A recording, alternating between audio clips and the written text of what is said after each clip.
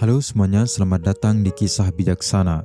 Kali ini kita akan menceritakan sebuah kisah inspiratif yang akan membantu teman-teman yang ingin memulai usaha dari nol atau yang mau bangkit dari kegagalan sebelumnya.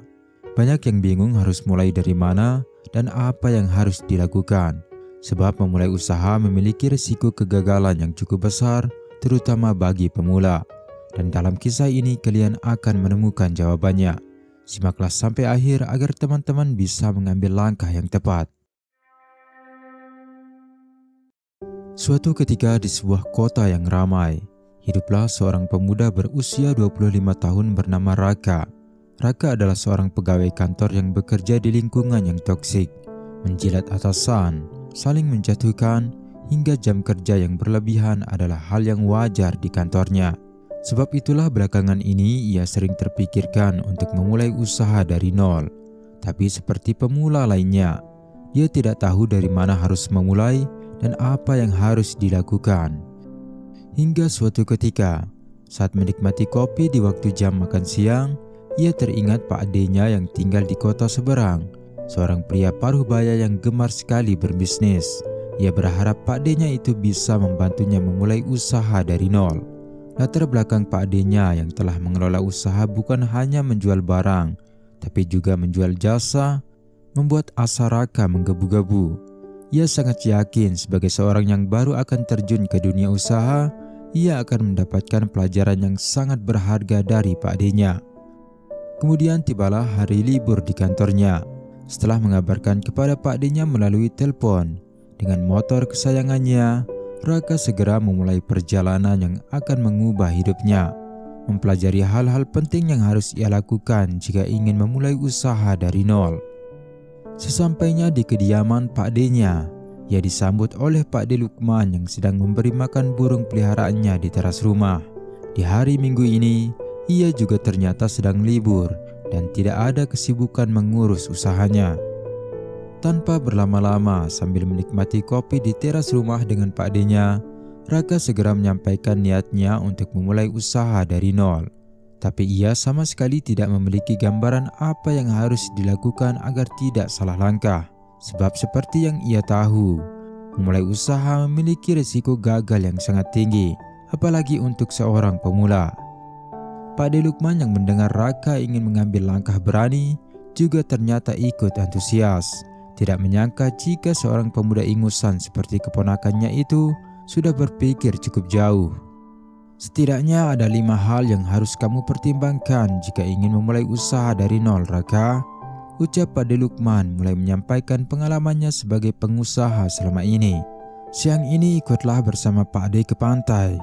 Di sana ada lokasi yang akan Pak D buat usaha. Pak D akan menunjukkan secara langsung semua pertimbangan yang bisa kamu lakukan jika ingin memulai usaha dari nol, agar usahamu bisa berjalan dengan baik dan meminimalisir resiko gagal. Raka yang mendengar itu tentu merasa sangat bersemangat. Ternyata tidak salah ia menaruh harapan besar kepada Pak D-nya itu. Setelah mengurus segala keperluan dan perjalanan mereka, disinilah mereka sekarang, di sebuah pantai yang indah dan ramai pengunjung. Kemarilah Raka, ucap Pak D Lukman menunjukkan beberapa rumah makan di pinggiran pantai itu. Pak D sudah merencanakan untuk memulai usaha rumah makan di pinggir pantai ini. Tapi sebelum keputusan itu Pak D ambil, Pak D lebih dahulu mempertimbangkan 5 hal ini. Pak D Lukman akhirnya memulai pelajaran yang telah ditunggu Raka. Apa itu kelima hal yang harus saya pertimbangkan jika ingin memulai usaha dari nol, Pak D? Ucap Raka tak sabar mendengar penjelasan Pak D-nya. Yang pertama yang harus kamu lakukan adalah menentukan jenis usaha. Ada usaha menjual barang dan ada yang menjual jasa. Ada usaha yang sudah banyak pelakunya dan ada jenis usaha yang baru. Langkah pertama ini sangat krusial, Raka, sebab mengetahui jenis usaha yang akan kamu garap akan membantumu melihat risiko dan kelebihannya, sehingga kamu dapat mengatur strategi yang tepat, bagaimana meminimalisir risiko dan memaksimalkan kelebihannya. Dan satu lagi yang penting di langkah yang pertama ini adalah passion atau hasrat kamu pada usaha yang telah kamu pilih. Pastikan kamu menyukainya, karena jika kamu hanya ikut-ikutan dan kurang menyukainya, Takutnya di kemudian hari kamu akan kekurangan motivasi untuk menjalankannya dan akhirnya stop di tengah jalan. Bahasa Pak De Lukman yang sederhana membuat Raka cukup mudah memahami apa yang disampaikannya. Baik Pak De, aku mengerti. Lalu apa langkah selanjutnya? Ucap Raka sambil berjalan menyusuri pantai yang indah itu. Baiklah Raka, langkah yang kedua adalah riset pasar. Pertimbangkan siapa target pasarmu, lokasi usahamu, hingga pesaingmu.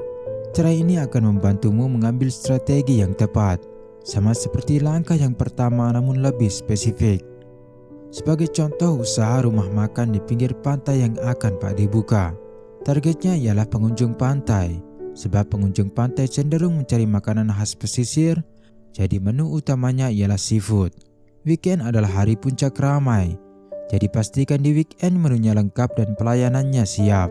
Dan untuk pesaing, lihatlah mana yang paling ramai, kemudian pelajari apa yang membuatnya ramai, dan juga cari tahu mana rumah makan yang paling sepi. Kemudian amati kenapa bisa kurang peminat.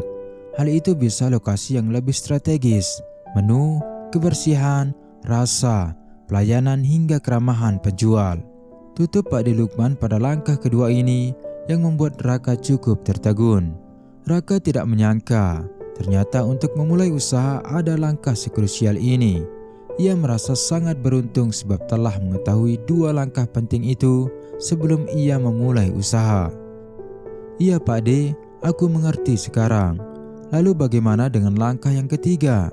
Rasanya aku sudah ingin mengatur rencana untuk langkah pertama dan kedua. Ucap Raka cengengesan. Tidak sabar ingin mempraktikkan ilmu dari Pak De-nya. Menyelesaikan kegiatan mereka menyusuri pantai, Pak De Lukman mengajak Raka singgah di salah satu warung. Rasanya pasti akan segar sekali menikmati kelapa muda di tempat yang indah ini. Baiklah Raka, langkah ketiga yang bisa kamu lakukan untuk memulai usaha dari nol adalah buat rencana untuk kelebihan dan kekurangan usaha yang kamu pilih. Berdasarkan langkah pertama dan kedua, di langkah yang ketiga ini, kamu harus membuat list kelebihan usaha itu, lalu cari cara memaksimalkannya. Untuk list kekurangannya, kamu harus cari cara menutupinya. Contoh dalam usaha warung makan di pantai yang Pak De pilih, kekurangannya adalah lokasinya yang berada lebih pojok daripada warung yang lain. Untuk mengakalinya, kita bisa membuat pelang toko yang lebih besar dan mencolok.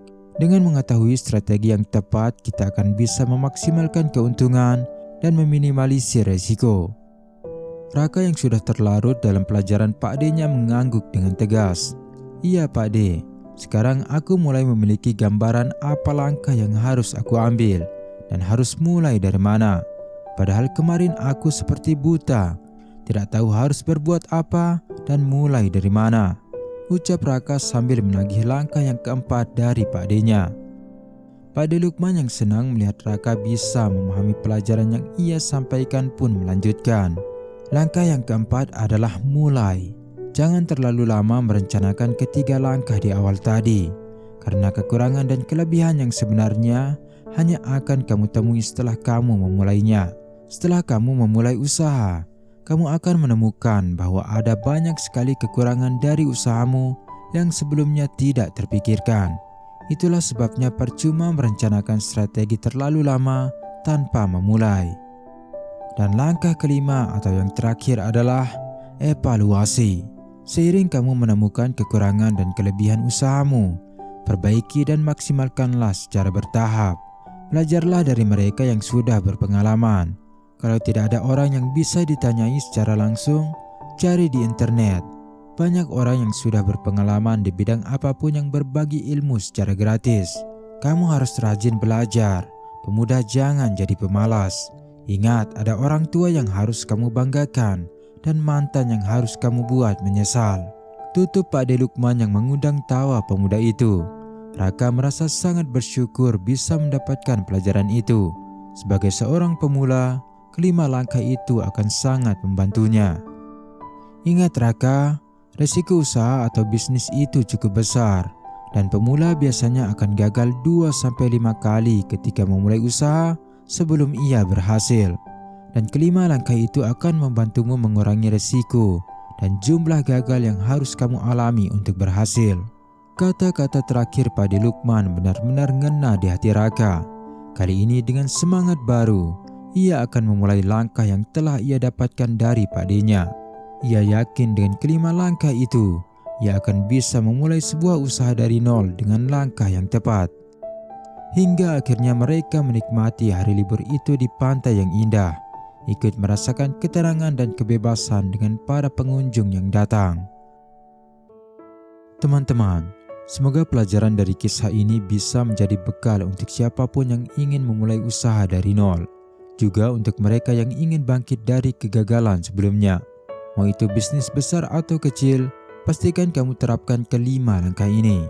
Jangan lupa subscribe, like, dan tinggalkan komentar positif jika video ini membantumu. Terima kasih sudah menonton dan sampai jumpa di kisah berikutnya.